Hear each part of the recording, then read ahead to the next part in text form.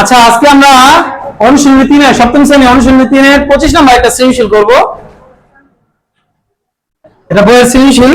এই অঙ্কটা বার্ষিক পরীক্ষার মধ্যে বহুবারই আসে। আমরা এই অঙ্কটা আজকে সলভ করব। এখানে কত কি বলছে বলতো? উপরে তথ্যের আলোকে চিত্র অঙ্কন করতে বলছে। তাহলে আমাদের আগে উপরে তথ্যটা পড়তে হবে। উপরে তথ্যটা কি বলছে? এখানে একটি আয়তাকার বাগানের দৈর্ঘ্য। আচ্ছা, ক সমাধান আমরা এদিক দিয়ে করি। দেখো, আয়তাকার মানে কি? যার দৈর্ঘ্যটা বড়, প্রস্থটা ছোট। আচ্ছা, তাহলে দৈর্ঘ্য কোনটা বলো তো? 50 মিটার হলো বড়, আর প্রস্থ কত? 30। এখন বলছে আরেকটা কথা, 4 বিঘে 3 মিটার চওড়া একটা রাস্তা আছে, মানে বাগানটার সব দিক দিয়ে 3 মিটার।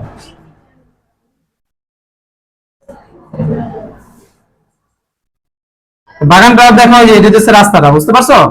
ফাঁকা জায়গা আছে রাস্তা, এটা কি 3 মিটার 3 মিটার 3 মিটার 3 মিটার। 4 বিঘে আমরা কি করলাম? 3 মিটার একটা রাস্তা দিলাম, আর এটা মাঝখানটা কি বলতো? বাগান। তাহলে ক কি আমরা বুঝতে পারছি? হ্যাঁ, পরে কি করবো? আমরা একটা বাগান আঁকবো আয়তাকার। এর 4 বিঘে একটা রাস্তা থাকে, এটা একটা রাস্তা, ফাঁকা জায়গা হচ্ছে রাস্তা।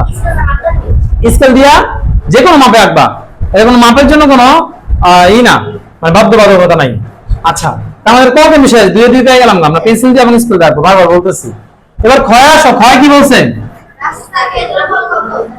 আচ্ছা, তাহলে খ রাস্তার ক্ষেত্রফল বের করবো। আগে দেখো তো বাগানের দৈর্ঘ্য দেওয়া আছে কত? তাহলে এখন দেওয়া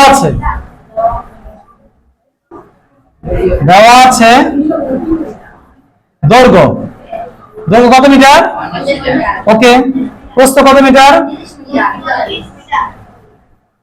আচ্ছা, গেল। এবার ক্ষেত্রফল কত? ক্ষেত্রফল সূত্র কি তোমরা সবাই জানো না? দৈর্ঘ্য গুণ প্রস্থ সমান সমান কত? 1500 বর্গ মিটার লিখবা। কি লিখবা? হ্যাঁ, ক্ষেত্রফলের সময় বর্গ মিটার লিখতে হয়। আচ্ছা, তাহলে ক্ষেত্রফলের সূত্র কি? দৈর্ঘ্য গুণ প্রস্থ। আচ্ছা, সবাই খেয়াল করো, আমাদের উদ্দীপকের মধ্যে কি বলছে?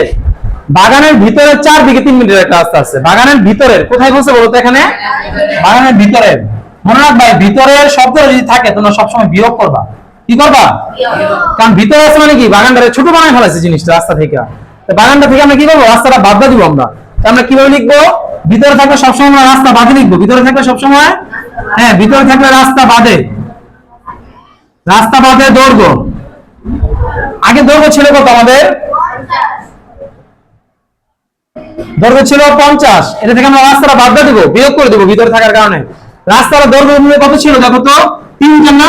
এটা যদি একটা দৈর্ঘ্য, এটাও তো একটা দৈর্ঘ্য। দৈর্ঘ্য কয়টা বলো তো? 2টা। তাহলে 3 কয়টা? 2টা। দৈর্ঘ্যের দিকে 2টা। তাহলে আমরা কি লিখবো? 3 গুণ 2। 3 গুণে এই 50 থেকে 6 বিয়োগ করে দাও, কত হবে? 44 মিটার। আচ্ছা, আবার রাস্তা বাদে প্রস্থ কত ছিল? 30। বিয়োগ করে দেওয়া থেকে প্রস্থ আবার দেখো তো, এখানে একটা প্রস্থ ছোট সাইজ, এখানে একটা ছোট। তাহলে প্রস্থ কত? এখানে 3 আছে, এখানে কিন্তু 3 আছে। দৈর্ঘ্য যেমন 2টা, প্রস্থ 2টা, মনে রাখবা। 3 গুণে 6, 30 থেকে চলে গেলে কত থাকবে? 24। ঠিক আছে? আচ্ছা, তাহলে সুতরাং রাস্তা বাদে দৈর্ঘ্য পাইছে, প্রস্থ পাইছে, তাহলে ক্ষেত্রফলটা বের করে ফেলো। ক্ষেত্রফলের সূত্র কি বলতো? দৈর্ঘ্য গুণ প্রস্থ। দুটা ক্যালকুলেটর গুণ দিবা তোমরা, 1056 হবে। কত হবে? বর্গ মিটার লিখবে। কি লিখবা? হ্যাঁ, মনে রাখবা ক্ষেত্রফল সবসময় বর্গ মিটার লিখতে হয়। ঠিক আছে? আচ্ছা, তাহলে দেখো তো, উপরে তুমি একটা ক্ষেত্রফল পাইছিলে না, আর নিচেও একটা ক্ষেত্রফল পাইছো। এই দুইটা ক্ষেত্রফল মাইনাস করে দিলে আমাদের অ্যানসারটা বের হয়ে যাবে। কত সহজ না?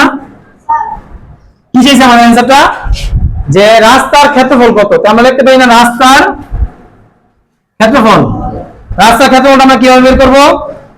উপরে যে ক্ষেত্রফলটা আছে ওই থেকে নিচে যে নতুন ক্ষেত্রফলটা পাইলা এটা বিয়োগ করে দাও। বিয়োগ করলে কত হয়?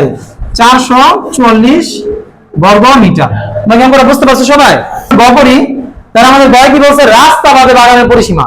তো পরিসীমার জন্য আমাদের কি লাগবে? দৈর্ঘ্য এবং প্রস্থ লাগবে না? তাহলে আমরা লিখি খ হতে পাই। কি লিখবা? খ হতে পাই, যেটা রাস্তা বাদে বলছে, না রাস্তা বাদে লিখি না, রাস্তা বাদে দৈর্ঘ্য কত পাইছে রাস্তাবাদের দৈর্ঘ্যটা? হ্যাঁ, আর রাস্তাবাদের প্রস্থটা কত পাইছে ভাইয়া? লিখলাম।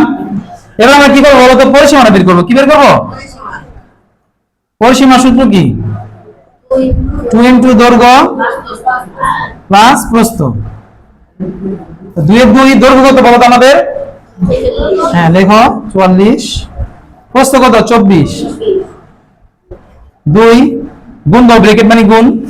এখানে 44 এবং 24 যোগ করলে কত হয় আমাদের? 68। কত হয় বলতো? হ্যাঁ, 68। এবার গুণ দাও, 2 দিয়ে 68 কে গুণ দাও, কত হয় তাহলে বলতো? 136। কত হয়? 100। ব্যাপারটা কি বুঝতে পারছো তোমরা? এটা কিন্তু আমরা কি বের করলাম? অঙ্ক কিন্তু আমাদের হয় নাই, আমরা জাস্ট পরিসীমা বের করলাম। আমরা যে পরিসীমা কত বের আমাদের? 136। এখন আমাদের কি বলছে? প্রতি বর্গ মিটারে 25 টাকা খরচ হয়। এই প্রতি শব্দের অর্থ কি বলতে পারবো তোমরা কেউ? Right, thank you, fine.